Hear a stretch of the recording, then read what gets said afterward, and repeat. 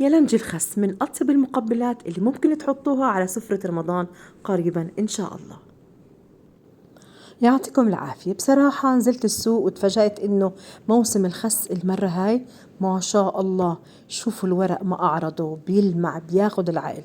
فبصراحة أغراني إنه أعمل شوية يلنجي بالخس. طبعا في كتير ناس بتعرفوا وبتعملوا وفي ناس ما بتعرفوا، فحابة أعمله بطريقة سهلة وبسيطة للمبتدئين أو للناس اللي ما بيعرفوا.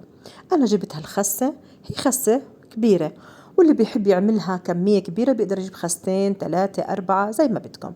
طبعا اللي شجعني إنه ورقها عريض مثل ما انتم شايفين. غسلتها منيح وأخذت الورق العريض قصيته بالسكين، وبنشيل العرق اللي بالنص.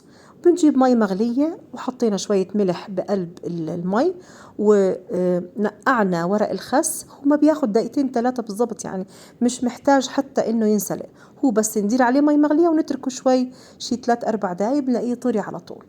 هون استخدمت رز مصري، كوبين من الرز المصري، وحطيت عليه بقدونس ونعناع يابس وشوية فلفل أسود وملح وبابريكا وبندورة. أنا فرمتها على الهرب شوبر. طبعا اللي بيعرف وصفاتي، أنا بستعمل كتير الهرب شوبر، هي قطعة من تبروير، ففرمت عليها البصل وفرمت عليها البندورة، وحطيت دبس رمان وحطيت زيت زيتون وفلفل أسود وزبطت الملح، وطبعا لا ننسى عصير الليمون. طبعا هاي الوصفة بدون فزلكات، بدون أي إضافات من اللي بنشوفها على اليوتيوب أو على أي منصة من منصات السوشيال ميديا. هون حطينا الورق. أنا بحط الورقة الناعمة تكون على الأرضية تاعت الكاتينج بورد، والخشنة هي اللي بحط فيها الحشوة. هدول شوية المرق اللي طلع من الحشوة. طبعا نحن ما بنكب شي، أخذتها وزدت عليها المرق اللي راح أسوي فيه المحشي. حطينا هون ملح وشوية مي مغلية، شوية دبس رمان، عصير ليمون، زيت زيتون، وبناخد هالخليط وبنصبه فوق ورق الخس. طبعا الطنجرة صغيرة لأنه الخس صغيرة يعني.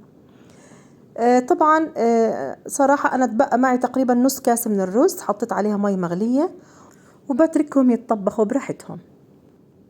وبعد ساعة ونص طفيت على اليالنجي وتركته يبرد تماما بحرارة الغرفة ودخلته الثلاجة، وتاني يوم قلبته وسكبته وكان بالمنظر هاد. صراحة طعمه كتير زاكي، خاصة لما بيفوت الثلاجة وبيبات طول الليل، عن جد بيفرق الطعم.